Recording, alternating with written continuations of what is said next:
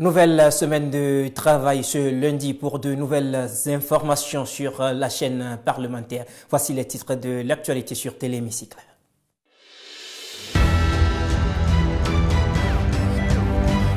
Séance de sensibilisation à l'Assemblée nationale sur les principes qui régissent la discipline au sein de l'administration. Cette initiative qui a duré 72 heures a réuni tout le personnel parlementaire selon le chronogramme établi pour chaque entité.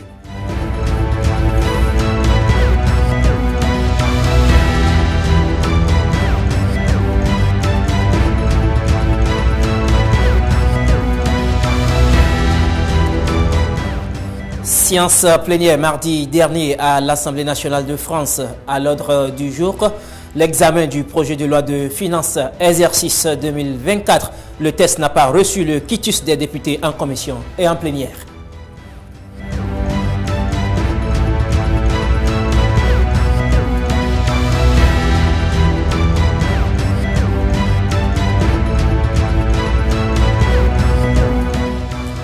En page magazine, on parlera des fertilisants naturels, éléments incontournables pour le développement de l'agriculture bio, des fertilisants qui permettent aux producteurs de ne pas recourir aux produits chimiques.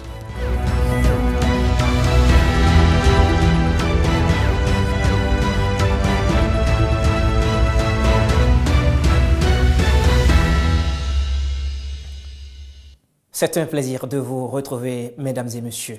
Une administration performante repose d'abord sur la discipline. C'est dans ce cadre que l'ensemble du personnel de l'Assemblée nationale a été sensibilisé la semaine dernière sur les principes réglementaires qui régissent l'institution du cabinet du président de l'Assemblée nationale au secrétariat général administratif. Tous les compartiments du personnel du Parlement ont été pris en compte à travers une programmation précise. La campagne de sensibilisation a pris fin le mercredi avec le personnel de la direction des services de l'information et de la communication. Les détails avec Gilles-Chris Chidi.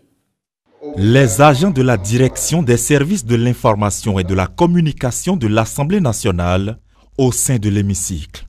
Dans l'après-midi de ce mercredi 18 octobre 2023, le personnel de cette direction technique a eu droit à cette séance de sensibilisation sur la discipline au sein de l'administration parlementaire. Nous avons eu assez de moissons et beaucoup d'engagement pour que nous puissions véritablement repartir de l'homme nouveau, homme avec un tâche dessus, pour que l'administration parlementaire puisse revêtir de sa valeur et que ensemble nous puissions poursuivre et surtout atteindre les objectifs que le président de l'Assemblée nationale s'est fixé et a fixé pour l'Assemblée nationale et surtout pour l'administration parlementaire. Et ça a une portée historique et donc c'est une vraie valeur, à savoir que ça a permis à chacun d'entre nous de nous approcher encore un peu plus du contenu de tout ce qui rythme la possibilité de travailler avec beaucoup plus de rigueur, de connaître nos obligations, nos droits, de savoir ce qu'il faut faire, ce qu'il ne faut pas faire, afin de mériter le prestige que nous trimballons à travers le fait que nous travaillons ici à l'Assemblée nationale. Des obligations professionnelles de diverses natures aux droits des fonctionnaires parlementaires, les différents éléments ont été présentés aux agents présents par la chef du service des ressources humaines du Parlement. Un exposé suivi de plusieurs apports. À la DIC, comme nous formons une communauté de travail liée par un même défi, liée par des objectifs assignés par le président de l'Assemblée nationale, nous ne pourrons atteindre ces objectifs que lorsque nous sommes conscients de ce que nous devons ensemble produire du sens, ce que les Anglais appellent le sense making. Produire du sens, c'est travailler dans la discipline, tout en se respectant mutuellement. Très heureux de cette occasion qui nous est offerte pour que ce rappel nous soit fait. Et je me réjouis que la DECICOM est, je dirais, une séance dédiée, spéciale. Parce que ce que la DECICOM constitue comme direction ne peut pas être traité sur les règles de façon stricte et extrême. C'est une formation très très importante, surtout pour nous, comme je le disais tantôt. Je voudrais profiter de l'occasion pour dire qu'à la DESICOM, comme mes prédécesseurs l'ont dit, nous savons quand est-ce que nous venons ici, mais nous ne savons pas, comme dans beaucoup d'autres directions aussi, quand est-ce que nous devons partir. Au-delà de la direction des services de l'information et de la communication, toutes les autres directions ainsi que les structures affiliées au cabinet du président de l'Assemblée nationale ont également été entretenues sur la même thématique. Une initiative du président de l'institution, saluée de tous pour une administration parlementaire plus efficace et dynamique. Les députés français ont entamé mardi dernier l'examen en plénière du projet de loi de finances pour 2024. Ce test avait été rejeté au cours des travaux en commission et en plénière. Les positions n'ont pas changé. Ainsi, comme l'année dernière, la première ministre Elisabeth Borne fait recours à l'article 49.3 de la Constitution pour faire passer ce test sans le vote des députés à l'hémicycle. Après les travaux en commission de l'examen de la première partie du projet de loi de finances pour 2024, les voici dans l'hémicycle du Palais Bourbon ce mardi 17 octobre pour l'examen en plénière. Le projet de loi prévoit une baisse des ressources affectées aux chambres de commerce et d'industrie, ainsi qu'aux chambres de métiers et de l'artisanat. Une disposition que plusieurs partis politiques ne partagent pas au cours de la discussion générale. La priorité doit-elle être au redressement des finances publiques ou à la protection des Français? Nous faisons clairement le choix de la deuxième option, la seule qui permette la cohésion de la nation. J'en viens maintenant au budget 2024. Le groupe socialiste est en total désaccord avec les hypothèses sur lesquelles vous avez élaboré ce budget. Nous les jugeons beaucoup trop optimistes et, Monsieur le ministre, je le dis sincèrement, j'espère me tromper. Vous êtes en train d'assécher les financements autonomes des collectivités locales avec les impôts de production. Elles n'ont plus ces rentrées d'argent-là. Vous compensez comment? Avec l'argent de la TVA. Mais ça, pour les collectivités locales, ça veut dire plus d'autonomie. Ça veut dire dépendance de l'État en termes de financement public. Ça veut dire la mise sous coupe démocratique de la perfusion de l'État. Nous ne sommes pas d'accord avec ça. Vous ne réalisez aucune mesure d'économie, puisque vous ne baissez même pas les dépenses au rapport du bouclier énergétique que vous avez supprimé. Avec vous, les mesures qui devaient être exceptionnelles se transforment en gabegie perpétuelle. Aussi, nous aurons le courage de nous attaquer aux vaches sacrées de votre politique. La politique migratoire, en priorité, les milliards consacrés au maintien des clandestins. Il faut plutôt relever les défis dès aujourd'hui. Car faire face à nos engagements de réduction des émissions de gaz à effet de serre à l'horizon 2030 et réussir la transition écologique dans le délai imparti, pour cela, des moyens supplémentaires doivent être mobilisés. Et ils sont conséquents. Le rapport Mahfouz et Pisani-Ferry les estime à 34 milliards d'euros pour 2024. Êtes-vous à ce point déconnecté, Monsieur le ministre, du portefeuille des Français? À la lecture de ce projet de loi de finances, tout porte à le croire. Rien, ou si peu, pour les Français concernant leur pouvoir de vivre. Un vrai budget, concilions bonne gestion, préparation de l'avenir et réduction des inégalités sociales, passe au préalable, et vous le savez, parce que vous n'osez pas le faire, par la chasse au gaspillage. Près de 5000 amendements ont été reçus par la Commission des finances, qui était obligée de rejeter cette loi au cours des travaux en commission. Elisabeth Borne en a accepté 300 et engage ensuite l'article 49.3 de la Constitution française. Aujourd'hui, le constat est clair. Aucun groupe d'opposition n'est prêt à voter ce projet de loi de finances. Or, notre pays a besoin de ce budget. Sur le fondement de l'article 49, alinéa 3 de la Constitution, j'engage la responsabilité de mon gouvernement sur la première partie du projet de loi de finances pour 2024. Ainsi, tout comme l'année dernière, cette première partie du projet de loi consacrée aux ressources et à l'équilibre sera adoptée sans vote des parlementaires français.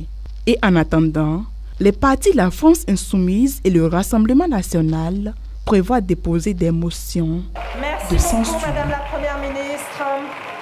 Autre volet de l'actualité, mesdames et messieurs, à l'appel de la clinique Saint-Joseph de Minorité des populations de cette commune se sont réunies ce samedi pour être sensibilisées sur le cancer du sein. Tout a commencé par une marche de santé suivie d'une séance de fitness et des communications. Saturne Gyossou et Ben Kevin Achawe y étaient.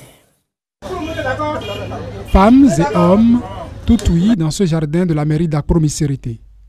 C'est le point de chute de Octobre Fitness, activité initiée par la clinique Saint-Joseph de Misérité et la mairie des jeunes de la commune pour sensibiliser sur le cancer du sein. On s'est dit qu'il est de notre devoir de sensibiliser la population parce que le cancer du sein aujourd'hui est devenu un fléau. C'est une maladie qui tue vraiment les femmes, surtout en Afrique. Désormais, on voit des cancers du sein chez les femmes jeunes à 35 ans et tout. Donc on s'était dit que c'était important de profiter de ce mois pour pouvoir passer le message, pour que les gens comprennent que c'est vraiment un grand problème. Même si ça ne nous arrive pas à nous personnellement, ça arrive aux gens, ça arrive à notre entourage. Donc il faut insister sur la prévention de cette maladie. Et surtout, aujourd'hui, avec l'évolution de la technologie, parler vraiment de l'hygiène de vie, ce qui est très très important. L'alimentation, l'activité sportive, voilà pourquoi on a décidé de le faire au cours d'une activité sportive. Au-delà de cette activité, la clinique organisatrice fait la veille avec les populations. Plus tôt le cancer du sein est dépisté, plus on a de la chance de le contenir et d'en venir à bout. Depuis le 1er octobre, nos portes sont ouvertes à toutes les femmes. Elles viennent à la clinique, on essaie de les sensibiliser, surtout sur l'autopalpation, parce que les femmes doivent pouvoir examiner, entre guillemets, elles-mêmes leur sein à la maison. On leur apprend comment faire l'autopalpation. Et cela se fait depuis le 1er octobre jusqu'à la fin du mois. Nos portes sont ouvertes à toutes les femmes. Au-delà du cancer du sein, c'est du bien-être intégral de la femme qu'il a été question à ce rendez-vous. Entre autres, la question de leur sexualité n'a pas été occultée. Les participants en repartent plus aguerris. Il faut prévenir le mal parce que le cancer, il n'y a pas moyen de le guérir. Donc, il faut qu'on apprenne aux femmes que nous sommes qu'il faut palper les siens, qu'il faut faire le dépistage à temps pour ne pas avoir à gérer ce mal qui est difficile. Donc c'était de très bonnes impressions. Nous sommes bien contents d'être là et ça s'est très bien passé pour nous. La femme n'existe pas sans l'homme. Nous sommes leur seconde partie et donc elles avaient besoin de notre soutien, raison pour laquelle nous sommes là avec elles. Mes impressions sont très bonnes, particulièrement pour le sport. J'ai beaucoup apprécié. J'ai eu beaucoup de notices. Prochainement, je sais comment rester avec mon mari au lit, comment aborder mes enfants et beaucoup d'autres choses. Il est bien de manger sain, éviter de l'alcool, le tabac, se brosser particulièrement la nuit après avoir fini de manger ou prendre un petit cure-dent et prendre un verre d'eau tous les matins sans se brosser. C'est très bon pour la santé. De quoi maintenir au-delà des seins tout l'organisme sain. Gage d'une meilleure santé. Des seins qui poussent chez des filles avant même qu'elles atteignent la puberté, ce n'est pas rare. Mais dans certaines familles, cette apparition est vue comme précoce et l'on n'hésite pas à recourir à certaines méthodes pour refouler ce développement physiologique. Sur cette pratique, un spécialiste émet des réserves et alerte sur les risques que cela comporte. Dr Aïtiou Romuald Boton, médecin pédiatre, est au micro de Saturne Gyossou et de Ben Kevin Achawe. C'est vrai qu'en matière de cancer du sein, on parle de beaucoup de choses sur les adultes, mais moi, en tant que pédiatre, en fait, je vais attirer l'attention sur deux choses. Vous avez ce qu'on appelle la crise génitale. La crise génitale, c'est que parfois des petites filles, elles naissent avec des seins, et parfois même elles font de petites règles. Et donc, les mamans, en fait, ont la très vilaine l'habitude de triturer ces seins-là en se disant « Ah, c'est un mauvais truc », donc elles massent, elles triturent jusqu'à ce que les seins disparaissent. C'est très dangereux, en fait, parce que ça prédispose déjà cette petite fille-là à avoir des cellules cancérigènes quand elle sera beaucoup plus grande. La deuxième chose, c'est lorsqu'elles sont en stade prépubitaire, donc une fille de 8, 9 ans ou bien 10 ans, commence par déjà faire ses premières poussées. Les mamans ont peur. Elles se disent « Ah non, non, non, non, non, non. Les seins sont sortis trop vite, les garçons vont les regarder. » Et là, on prend des palettes, on tape les seins avec les palettes jusqu'à ce que les seins deviennent complètement tout petits pour boire. Mais c'est très dangereux parce que les seins, ils sont dans une période où il y a beaucoup d'hormones. Donc la poussée de l'hormone associée aux seins qui sont triturés vont exciter les cellules du sein et ça peut provoquer en fait le cancer du sein plus tard quand la petite sera un peu plus grande. Donc en tant que pédiatre, c'est les deux comportements qui sont très dangereux. Quand votre bébé naît avec une crise génitale, les seins ou font des règles, n'ayez pas peur. C'est à cause des hormones qu'elle a reçues de sa mère pendant qu'elle était toute petite. Ça va disparaître tout seul. Et quand votre fille, en période de préadolescence, 8, 9, 10 ans, commence par faire des poussées de seins, laissez, c'est le développement naturel et normal des seins. Et ne massez pas, ne triturez pas. Et pour que en fait, tout se passe au mieux.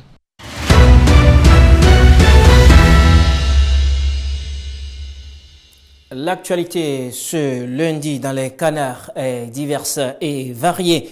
Gilles Chris Chidi, de retour de ses agréables congés, a feuilleté pour nous quelques parutions. Mesdames et messieurs, bonjour. Commençons avec le leader du jour qui informe que le nouveau siège de l'Assemblée nationale du Bénin en construction a connu la visite du président de cette institution.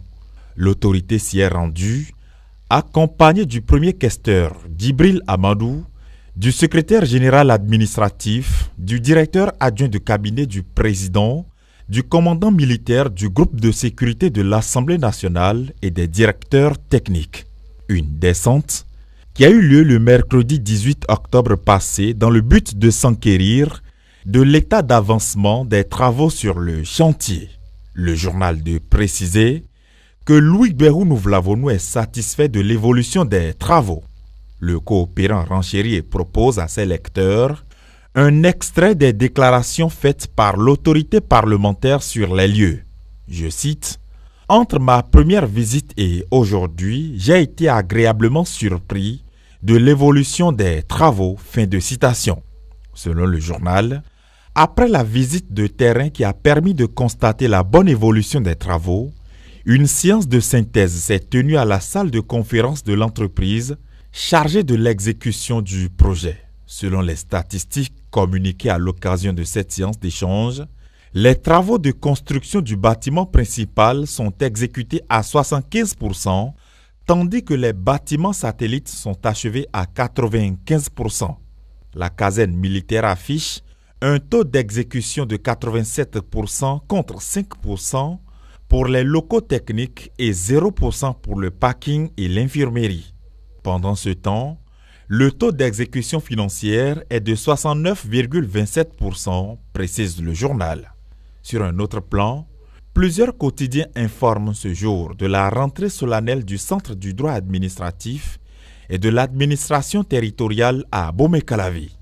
Le Matin précise par exemple que les étudiants ont été formés sur les risques pénaux liés au marché public. C'est le procureur spécial près la Cour de répression des infractions économiques et de terrorisme, CRIET, qui a entretenu les participants, renchérit le quotidien. Nord-Sud Quotidien propose donc dans ses colonnes les 10 commandements pour s'éloigner de la prison dans le domaine de la passation des marchés publics. Pêle-mêle à présent, le journal Bénin Intelligent informe que le ministre du Cadre de vie et des Transports, chargé du développement durable, a signé ce jeudi une convention avec les maires des communes de Boïkon, Semekpodi et Komé, dans le cadre de la mise en œuvre du programme d'adaptation des villes au changement climatique. Mon confrère pense que l'on tend ainsi vers des villes résilientes. Le leader du jour précise que l'objectif est de renforcer efficacement le niveau d'équipement et d'infrastructure des territoires et d'améliorer qualitativement le cadre de vie des populations. Finissons avec Fraternité qui informe qu'à partir du 1er janvier 2024, toutes les entités à but non lucratif, y compris les églises, mosquées, organisations non gouvernementales, sont tenues d'avoir désormais une comptabilité. Selon le journal, la décision a été adoptée par le Conseil des ministres de l'Organisation pour l'harmonisation en Afrique du droit des affaires, OHADA, à l'occasion de sa 53e session tenue à Niamey au Niger les 21 et 22 décembre 2022. Fin de cette revue de presse. À demain.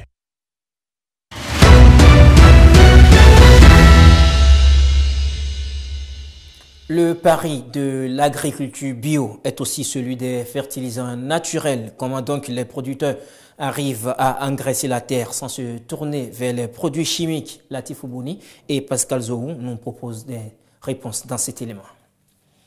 Les exploitants et petits producteurs agricoles le disent, la terre souffre de plus en plus de fertilité. La terre est déstabilisée, déstructurée, elle se fâche. Et vous voyez tout ce que ça donne comme rendement aujourd'hui. Et j'espère que vous prenez conscience que pour produire ces engrais-là, les engrais chimiques de synthèse, on utilise les ressources fossiles, le pétrole. Vous savez qu'on utilise 1,5 tonne de pétrole pour produire une tonne d'engrais. Pour croître leur rendement, deux options s'imposent à eux. Utiliser les produits chimiques de synthèse ou imiter la nature qui a ses propres processus de fertilisation. Quand vous allez dans les forêts, il y a les feuilles des arbres qui tombent, ces feuilles-là restent là, se décomposent, minéralisent et en retour nourrissent les plantes. Donc nous sommes vraiment dans une forme d'agriculture où nous utilisons des engrais organiques. Et nous fabriquons également des produits pour les traitements des différentes maladies ou des difficultés que nous rencontrons par rapport à nos plantes. S'inspirer de la nature pour engraisser les plants et les champs, plusieurs techniques existent.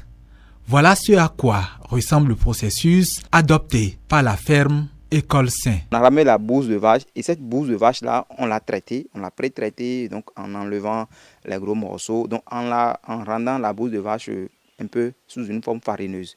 Et après cela, on va ramener la bouse de vache ici, on va l'arroser d'une certaine façon pour que ça soit sur la forme qu'il faut. Et on a mis différents éléments végétaux. Ça peut être soit des feuilles de nîmes, des feuilles de papayer, des troncs de bananier, vous allez voir dans le dispositif ici. Et on met les vers de terre en charge et on va arroser. Les vers vont continuer à décomposer la matière et rejeter leur déjection avec ces batteries. Et donc, à la fin, par ces robinets, on va récolter un produit liquide dans ces plastiques-là. Et ce produit liquide, c'est le fertilisant. Ici, pour nous, c'est le fertilisant le plus important. Nous l'appelons le thé de lombricompost. C'est le fertilisant le plus important et nous l'utilisons sur toutes les cultures. Si tout le monde est conscient des bienfaits d'une agriculture respectueuse de la nature, certains peuvent s'interroger sur la fiabilité des procédés, les dosages et l'efficacité des fertilisants naturels. Un doute que balaie Bernardin Diossou. Vous voyez un plastique comme ça sur un mois, lorsque le truc est opérationnel, vous pouvez récolter environ 50 litres. Et sur 1 hectare, vous avez besoin d'environ 150 à 200 litres selon la culture. Et ça marche. C'est efficace parce qu'on l'utilise de plus en plus aujourd'hui. Les gens veulent quitter le dehors et veulent l'adopter. Le vrai problème aujourd'hui, c'est quoi? C'est que les gens qui sont très loin d'ici, mais veulent l'avoir. C'est comment ils se déplacent pour l'avoir. Et donc, si des gens, par exemple, se positionnent, ils connaissent la technologie, l'adoptent, ils produisent, ouais, voilà. Des techniques de fertilisation sont souvent inspirées des pratiques agricoles traditionnelles. Elles sont nombreuses, mais très peu vulgarisées. Ainsi va l'actualité ce lundi sur Télé Hémicycle. Merci de l'avoir suivi. Merci à l'équipe de rédaction Gilles Triss Chidi, Stéphanie Dekwe-Mandora, Estelle Doponou. Un merci également à l'équipe de réalisation Charlie Tomambo, Marc Eriola Estonben, Kevin Achawi, Ulrich Alironou et puis l'autre grand Ulrich Laurel Apouvo. Au revoir et à bientôt.